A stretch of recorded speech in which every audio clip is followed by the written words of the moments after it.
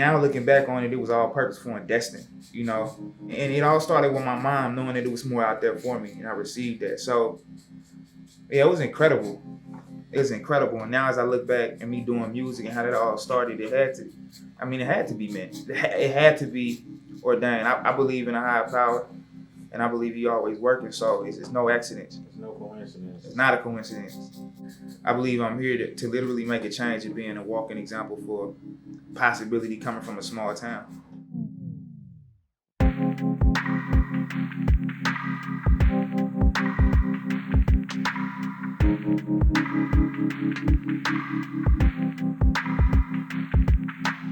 My name Ray Wimley. I be out there in them streets. Nah, I'm joking, man. I guess I'm an artist, a performer, a musician, a father, and I make music to create stories that compel people to think different and come together.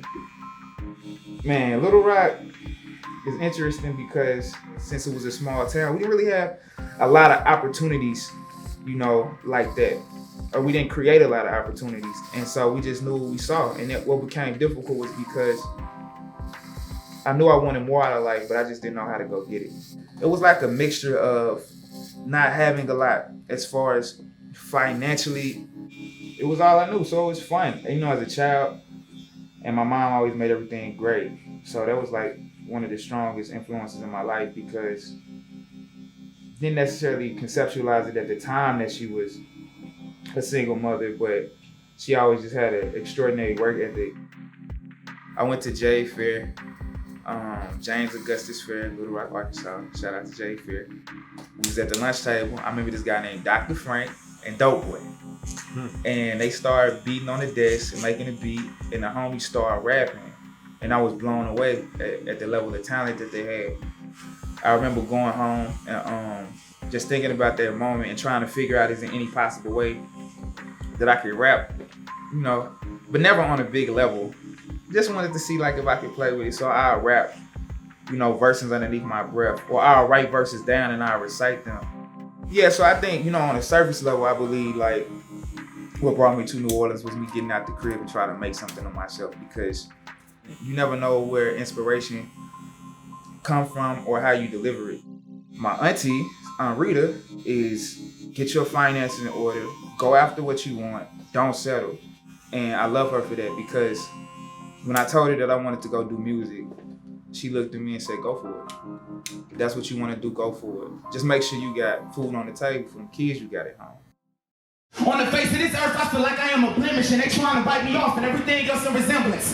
In my community, it's not much direction given. Quick money alleviates temporary pain, so they'll do anything to get it. Some record labels pay rappers to be gangsters and portray an image, pulling the weak-minded, present these artists as something to look up to, but we all know that that's a gimmick. Make money and sell drugs, seek revenge and betray thugs. The death rate is going up in every community, and they thought slavery was finished. I believe in being in a certain state of mind to retrieve that type of level of information to articulate to our audience.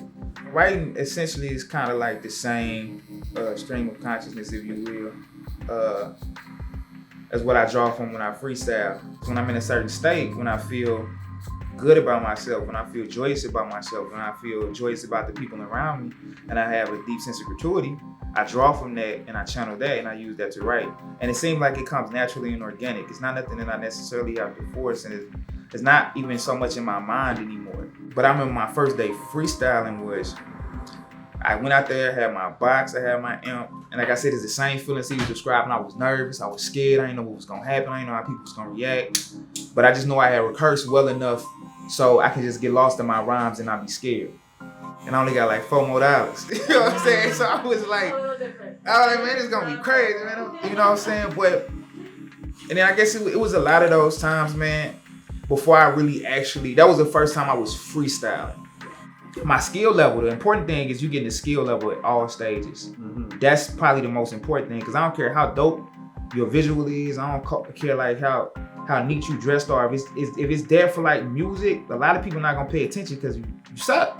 You know what I'm saying? Like you can't suck, you know what I'm saying? And you really gotta be good when you out there. So all of that rigmarole, all of this stuff you dealing with, you just building that skill level. Mm-hmm. Then when I got blessed with the right equipment and I started to hear how I sound. I was like, oh, I'm pretty good at this. Then the crowd started coming. When the crowd started coming, I had enough skill level to engage them. So it's like, it's a natural process, and you gotta kind of just go to the steps. But the way that you find out what you need is doing it, and you get all of those little nuggets of information while you're doing it.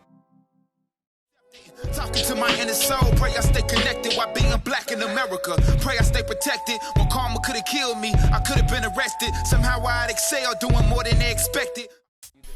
Well, on Canal Street is where New Orleans rapper Ray Wimley got his big break. During Essence Fest, rapper Common came out and freestyled with him. And that video went viral. Wimley said his success did not stop there, getting even more support from Common and Mayor LaToya Cantrell.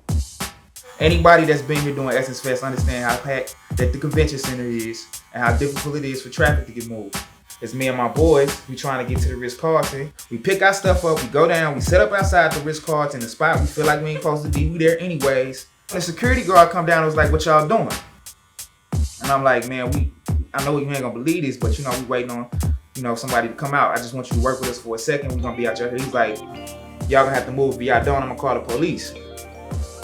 My heart beating, I'm frustrated, I'm looking at my wife, I'm looking at my kids and all, and the family, and I'm just like, and I'm looking at my homie Josh, and I'm flustered, but I'm like, hold on, don't pack up, bro. Don't, keep your stuff plugged in. We coolin'. Common come out and shake my hand and was like, man, what's up, Ray? Like, when he know my name, so I'm fanning out, like, dude know my name. And then he was complimenting me, and that whole time he said, look, I've been watching you, I noticed your Instagram, like, keep putting that work in, you fire, you rap all day. And I didn't even know that he had been watching me that whole time.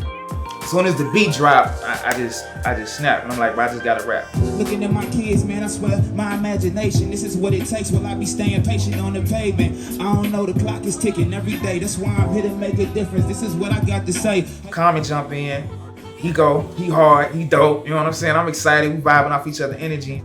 Yo, my man Ray said the mic is on. Yo, I did it cause calm since I lost it gone. Or I came back home sorta like New Orleans. The way to freestyle, yo, it keep on pouring. It almost seemed like it was over as soon as it started. Cause next thing I know, everybody clapping, you know what I'm saying? It's a crowd around, they tipping us money. And then Common leaving, getting back in his big Escalade with the tinted windows and all his entourage and everybody leaving. But before he left, I do remember him shaking my hand, looking me in the eye. I was like, bro, we gonna do this again. I'm like, man, you straight, I know you busy. He's like, no, we gonna do this again. Please welcome Ray Wimley, everybody.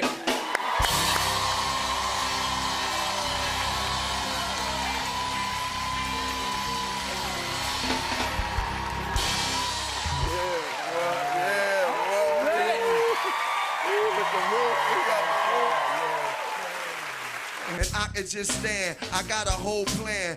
To the right is my man, his name is Ray. My name is Ray, man. I'm having fun all day, and I like the sound. It's like a marching band. Wow, look, it's so nice, it's so tight. I'm looking at these lights, man. I think the show is cool. Let's have some fun tonight. So what we doing? Having fun. I think highly of my talent, and I feel like I got the work ethic and skill to be in some of the positions that people are in. But then I have to dial back and I compare myself because I recognize everybody's journey is different. So coping with it is always like first having a good team around me and supporting what I do, recognizing that I'm different and being grateful. Gratuity is the biggest way to cope with something because I don't know, it's this picture on Facebook, if y'all find it, it's this dude and they both got like them little hammers in their hand and they digging for diamonds. And one dude already got it, his diamond is real big. You know what I'm saying? So he like, bro, look at my diamond. And the dude like, how he got a diamond? I've been digging the same amount of time he been digging. So he put his hammer down. In his picture though, he got a whole bunch of diamonds. But he stopped digging. You see what I'm saying? Because he went to go hop on something else. So I think it's kind of like always reminding myself that what I'm doing has value. You have to be grateful for what you have. You have to recognize what you have. And you have to have a purpose.